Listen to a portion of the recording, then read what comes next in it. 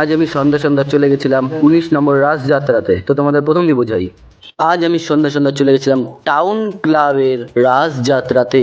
তারা কিন্তু প্রত্যেকবারই রাসযাত্রা করে থাকে, এইবারও তারা রাসযাত্রা করছে।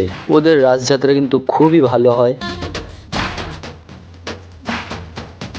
আর নাম করা চন্দননগরের লাইটিং, তারা কিন্তু প্রতিমাটাও খুব সুন্দর এবং খুব ভালো করে থাকেন।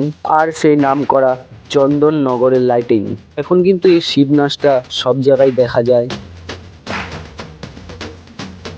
ও দাঁড়াও দাঁড়াও, তোমাদের তো এটা বলতেই ভুলে গেছি, ওরা কিন্তু মানুষও কিন্তু সাজায়। এখানে দেখো যেরকম রাধা কৃষ্ণ সাজিয়েছে, তারা কিন্তু এরকম নানা ধরনের জিনিস সাজায়।